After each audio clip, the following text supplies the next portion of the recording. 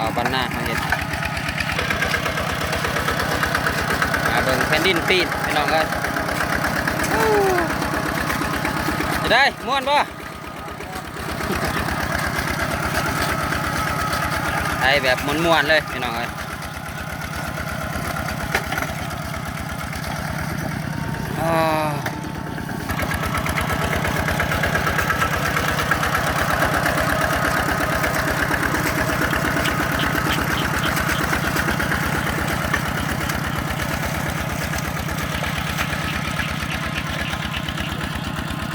หวานเนี่ยมันฝนตกแน่พี่น้องฝนตกแล้วก็หวานบ่เห็นแจงปันใดเนาะเข้ากาอยากห่างพี่น้องแล้วพ่อกาข้อปีข้อนอกเท่านั้นแหละพี่น้องอยากห่างแน่กาเนี่ยพี่น้องซองให้หวาน3 สอบ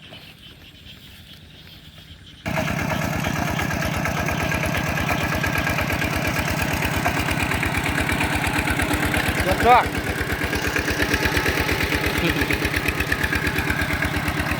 ชีวิตไปแน่คนตกพี่น้องไทยบติดไทยบันไดไทยมวนแน่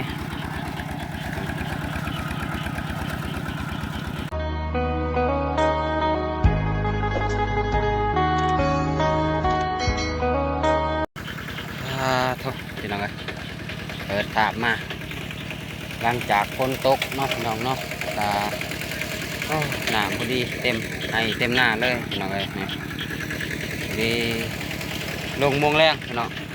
ฝนตกนักกะลิพายุเข้าแล้วเรียกว่ากัน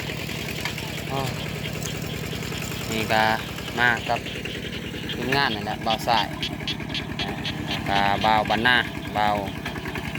นี้พี่น้องเลย4 คนมาเนี่ยแหละกับน้องบุษบากันจะมาไถหน้าเอาแห้งกั้นนี่แหละพี่น้องเขากลับมาเอาแห้งก็เลยว่ามาคลองบะมีกรนี่เนาะพี่น้องเนาะโอเคพี่น้องหันหน้าหันตามมาทางนี้ก็เด้อพี่น้องเด้อนะวันนี้เมื่อกระตับทักทายสบายดีเนาะพ่อแม่พี่น้องเมื่อสุคนเด้อเพราะว่าสิอยู่ภายในหรืออยู่ต่างประเทศเนาะก็ยินดีต้อนรับเข้าสู่ซองบะมิกแนลเส้นเก่าเส้นเดิมพี่น้องเลยโอเคพี่น้องก็ฝากกดไลค์กดแชร์กดติดตามของบะมิกเด้อพี่น้องเด้อเพื่อเป็นกำลังใจให้บะมิกได้ทำคลิปต่อไปนะพี่น้องเนาะมาไถหน้าวันนี้พี่น้องหลังจากโมงแรกเนี่ยแหละฝนตกก็เลยลงโมงแรกต่อพี่น้องโต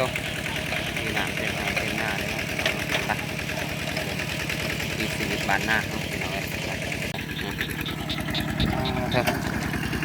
นี่แหละเบาบ้านหน้าเพื่อนลงมือบ่มีใครแล้วให้1กูละให้เปลี่ยนกันสบายดีเด้อสบายดีจันมีเบาบ้านหน้าเพื่อนเราดูแผ่นดินไหวปีนได้น้ำเต็มบางเสาร์มากว่ามีน้ำได้พี่น้องเลยฝนตกหนักเลยพอดีน้ำเต็มเลยกลางนาตรงไฮตรงหน้านี่แหละพี่น้องเลยมื้อนี้ก็บ่ได้เข้าไปหาไอแดงเนาะยังค่าเบียกพี่น้องเลยลงหน้าก่อนว่ามาไทยขนปะก่อนพี่น้องเลยธรรมศาสตร์พี่น้องธรรมศาสตร์บ้านหน้า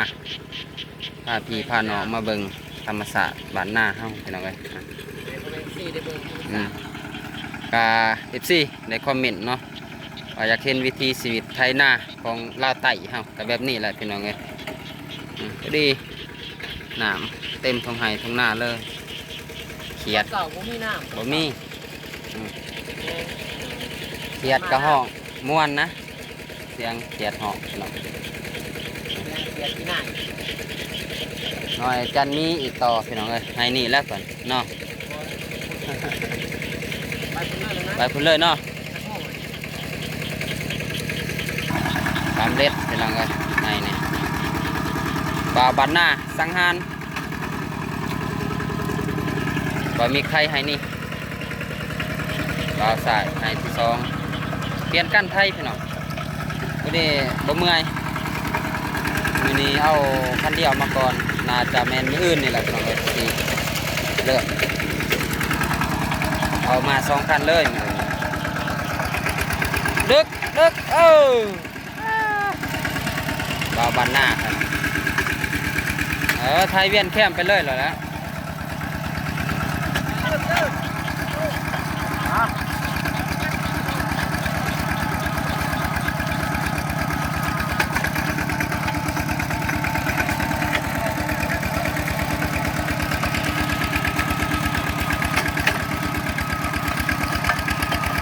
บ่าวบ้านหน้าเฮาตั้งหานก่อนพี่น้องสบายดีเด้อFC ให้ FC ได้เห็นเนาะพี่น้องเนาะวิธีชีวิตบ้านหน้าเฮาก็บ่ได้เข้าไปทางไอแดงพี่น้องบ่ได้ไปอัปเดตเด้อมื้อนี้เด้อโทษขออภัยหลายๆพี่น้องเอ้ยพาเวียกมาไทยนาอันนี้กับทีมงานนี่แหละเอาแห้งกันพี่น้องเอ้ยแล้วไทยของบะมิกแล้วก็จังไปไทยของเขาต่อเนาะพี่น้องเนาะตอนนี้ก็เขาแล้วดูให้แล้วดูหน้าพี่น้องเอ้ยบะมิกลืมเอากันสั่นพี่น้องกันสั่นแน่เด้อขอโทษขออภัยเด้อโทรศัพท์บ่มีกันสั่นพี่น้องรุ่นธรรมดาเนาะพี่น้องเนาะ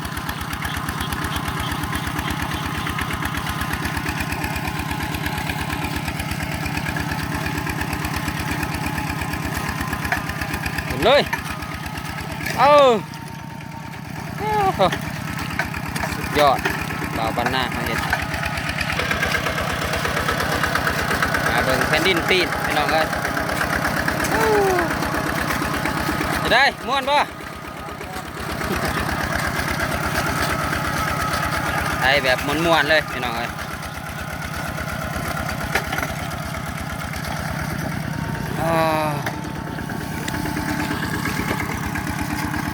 ต่อ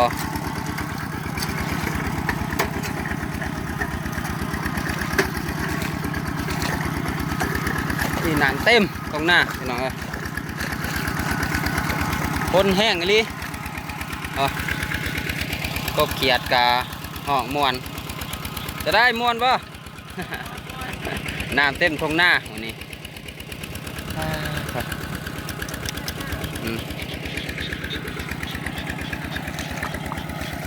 อาจารย์มีเปลี่ยนต่อซอยกันซอยบ่าววันหน้าอีก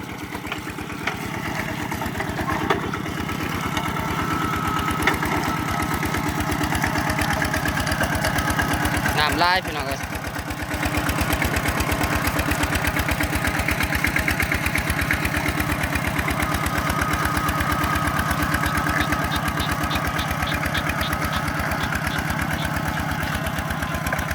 เมฆ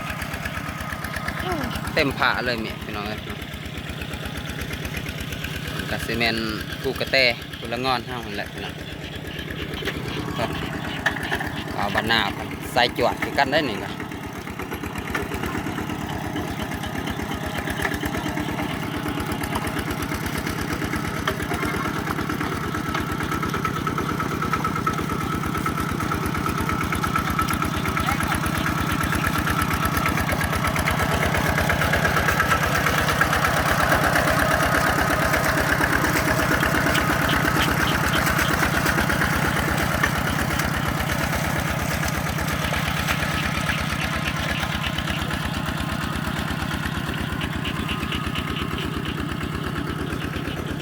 เขามาหน้าก่อนมื้อนี้พี่น้องเอ้ยเนื่องจากว่าค่าเวียกแล้วบ่ได้ไปอัปเดตทางบ้านน้องพินเนาะมื้อนี้ข้าวเวียกก่อนพี่น้องเอ้ยจานมีพี่น้องบ่าวมีลาวไต่สู้ๆเด้อบ่าวมีเฮาผู้บ่าวพี่น้องเอ้ยเรียกว่ายังสดยังสิ่งละผู้บ่าวคนใหม่นี่แหละเอาแห้งกันพี่น้องเอ้ยแล้วหน้าบ่าวมีจะต่อหน้าบ่าวบ้านหน้าแล้วจะต่อหน้าบ่าวมีพี่น้องอื่น2 คันมื้อนี้กระเทินพี่น้องเอ้ยไปเอาคันเดียวมาก่อนเนาะ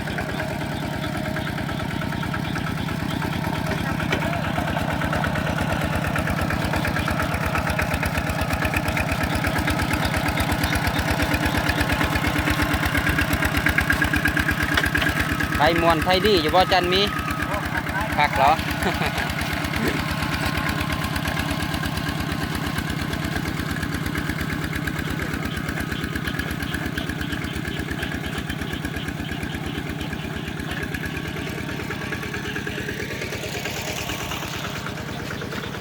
เด่นคือบ่เลิกเนาะจริงอันโอ้ไทยคักอะไรพี่น้องเอ้ยน่ะบ่อยากจะพูดพี่น้องเอ้ยที่ชีวิตบ้านนา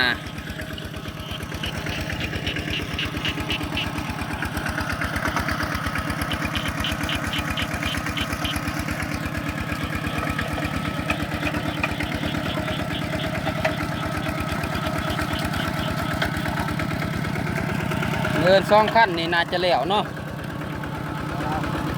เดินนี่พี่น้อง2 ขั้นแล้วก็เขาแล้วของบ่มิกเลยเขานี่แล้วเบาบันหน้าเพิ่นพี่น้องเอ้ยก็ฝากติดตามเด้อทั้ง2เบาบันหน้าเพิ่นก็ทำ YouTube คือกันบ่อ่าเด็กซองเบามีเพิ่นเฮ็ดเลข1ก็ได้เบามี ใจแทนนี่แข้งไถเนาะเบิ่งแตะดินจะเป็นก่อน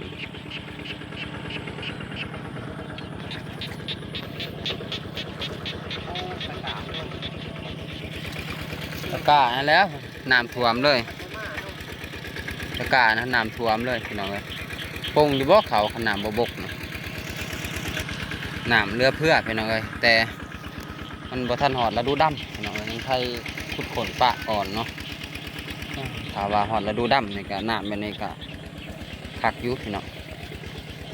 ยังประมาณอีก4 ทิศนั่นแหละพี่น้องเอ้ยเอาว่าไปเบิ่งเขากาก่อนเป็นจังใดเขากากันประมาณ4 ทิศนั่นแหละพี่น้องเขากาบะมิกนี่ก็อยากห่างแน่พี่น้องเอ้ย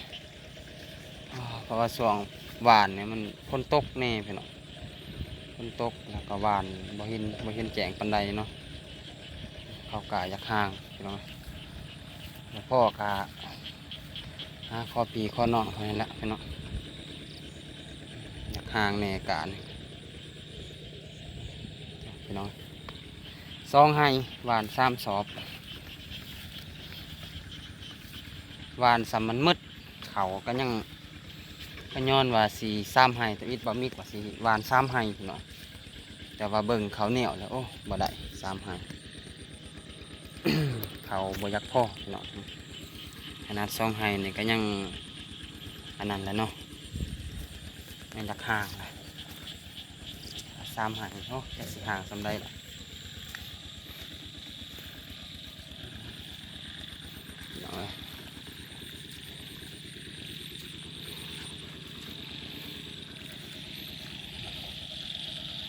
ตกกะ2 ให้จะพ่อบ่พ่อเนาะเบิ่งขาเบิ่งแต่ว่าทางเจ้าของหน้าเพิ่นก็ว่า3 สอบกับพ่อเนาะบ่มีก็เลยหวาน3 สอบนะแต่ก็จักสิพ่อจักบ่ก็บ่ฮู้เนาะพี่น้องเนาะ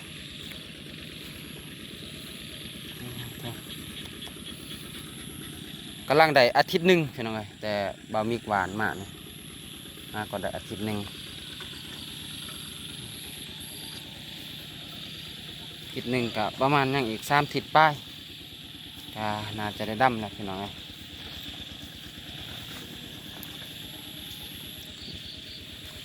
โอ้โหเกินนะตอนนี้การหวานกะกับบ่คือกันเลยพี่น้องเด้อ สายนี้หวานแบบผักแล้วนะนี่เบามิกเองกับเบาสายตกแต่งตะกะพี่น้อง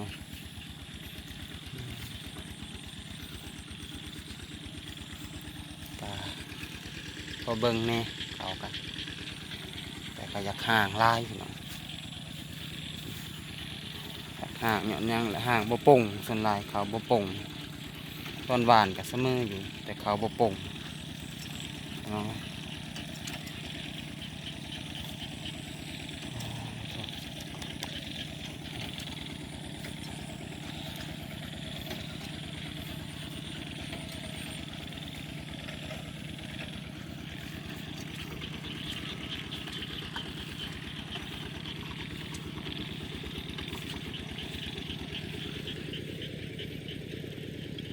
ไอ้นี่จะเป็นปะเนาะพี่น้องเพราะว่า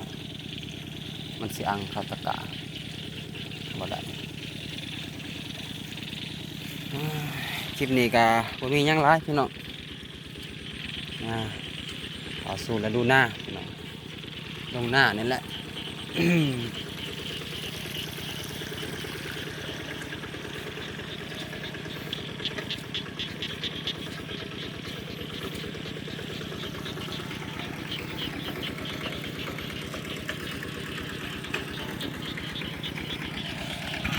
เอามีดเอาให้ที่สองอีกเท่าหักดินนี่แพงพี่น้องเสื้อว่าดินแพงเรื่องแต่การไทยนี่ดินบ่แตกเลยดินยังเป็นก้อนเลยพี่น้องดิน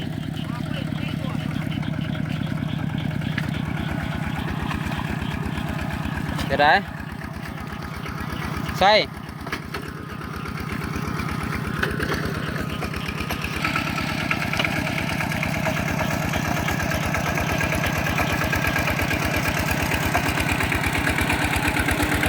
รอด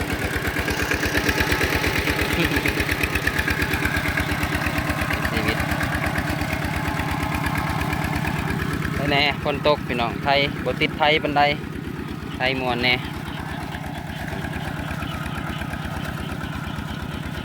บรรยากาศยามแรงพี่น้องเอ้ยกับประมาณ3-4 โมงแรง4 โมงแรงแต่ว่าบ่ทันค่ำหรอกที่ค่ำคนละจังสีกลับบ้านพี่น้องเอ้ย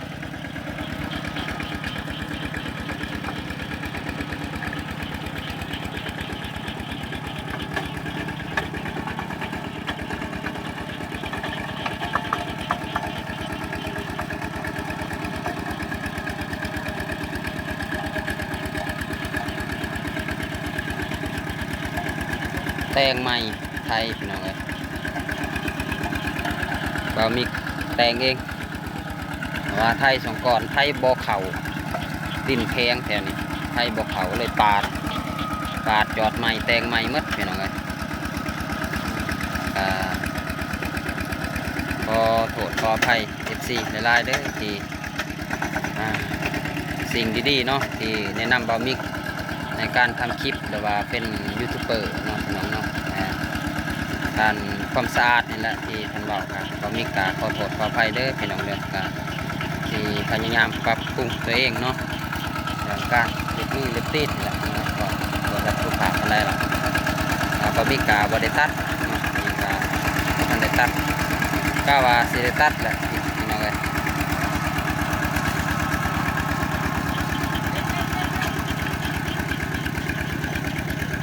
เรามีเพิ่น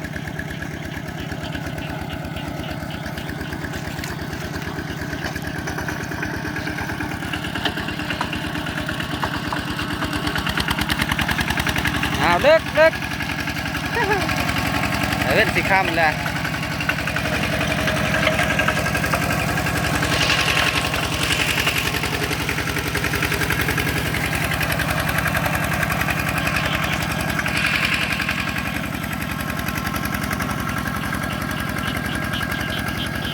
ค่ำแน่แหละนะครับเพราะว่า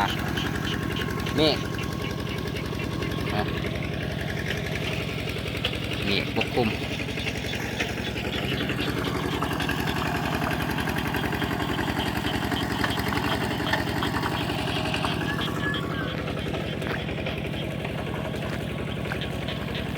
เจอพายุเขาแต่ก็ใครเน่เกิดว่าสิบ่เอื้อเนาะบ่าวสายเนาะบ่เอื้อเนี่ยโอ้เสียเวียกซื่อๆพี่น้อยเขามาดีแต่ว่าแม่นหนาวบ่ไหวที่ฝนตกเป็น2 ชั่วโมงเนาะ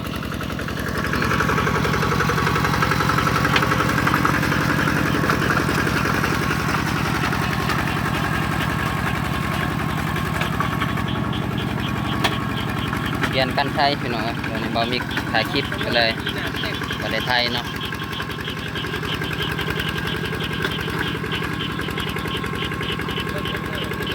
น้ำไหลมาแต่พุ่นเลยโนนผู้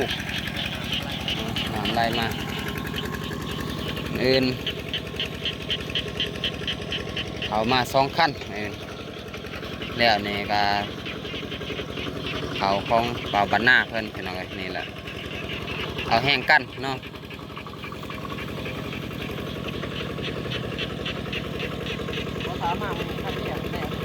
ฮะถ้า2 คันนี่เกือบจักแล้วบ่จักเนาะแล้วได้2 คันนี่ขนาดคันเดียวพี่น้องเอ้ยโค่นละแต่เที่ยงลงมานี่แหละไทยมากไว้เติบแต่ว่ารถบ่ได้พักเลยพักแต่ตอนฝนตกนั่นแหละพี่น้องเอ้ยแต่ว่าฝนแห้งอันนี้เบามีเบามีเฮาพี่น้องเอ้ย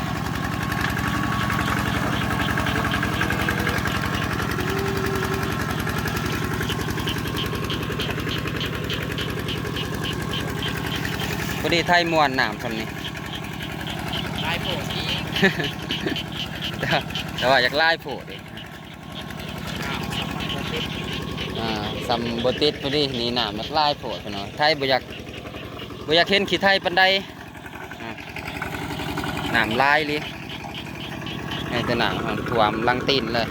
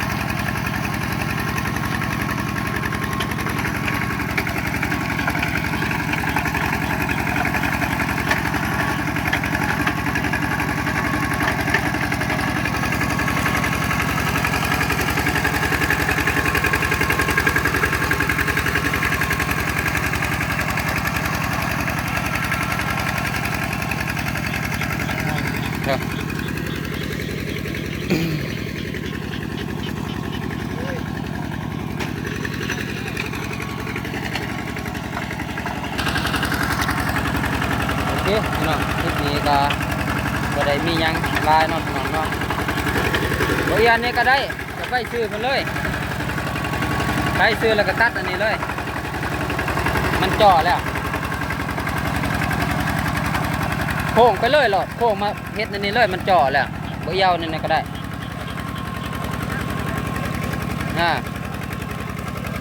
สุดแถวนี้แล้วก็มาแถวนี้เลย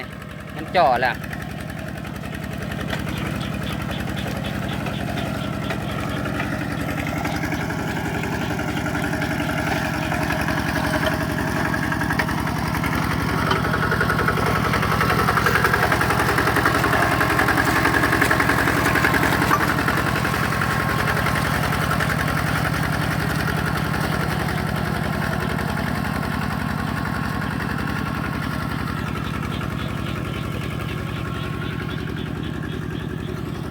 เยอะเห็นไหม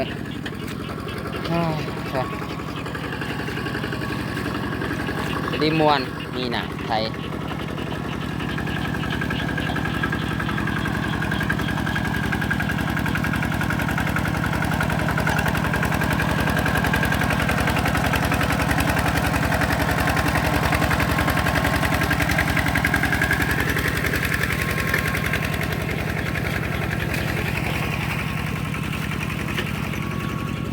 เดี๋ยวก็จะได้กลับแล้วเนาะ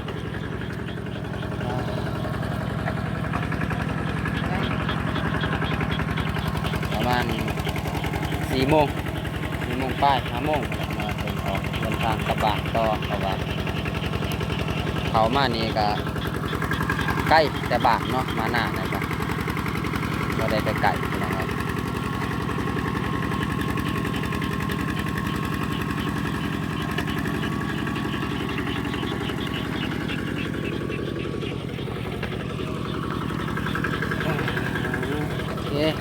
ำหรับคลิปนี้บ่มีกะสิจบคลิปก่อนเด้อพี่น้องเด้อเนาะโอเคพี่น้องคลิปนี้บ่มีกะสิจบคลิปก่อนเด้อพี่น้องเด้อมีแต่ฝากติดตามช่องบ่มีกะเป็นกำลังใจให้บ่มีมาโดยตลอดเนาะพี่น้องเนาะจ้ะขอกราบขอบคุณผู้ใหญ่ใจบุญหรือ FC ทุกท่านเนาะที่เข้ามาทางสู่ช่องบ่มีพี่น้องเอ้ยแล้วก็ติดตามผลงานเลยว่าคลิปบ่มีแต่ต้นคลิปจนจบคลิปและบ่ผ่านโฆษณาเนาะก็ขออวยพรให้ FC ทุกท่านและผู้ใหญ่ใจบุญจงมีสุขภาพแข็งแรงปรารถนาสิ่งใดก็ขอให้ได้สิ่งนั้นให้สมดังใจปรารถนาเงินทำไรมาเทมาอย่าเจ็บอย่าจนให้เฮงปังๆสาธุมาสุขทุกคนเด้อพี่น้องเด้อโอเคพี่น้องสำหรับคลิปนี้บ่มีกับสิขอตัวลาก่อนเนาะสบายพอๆกันคลิปหน้าคลิปนี้ก็สิขอกล่าวคำว่าสบายดีเด้อพี่น้องบ๊ายบาย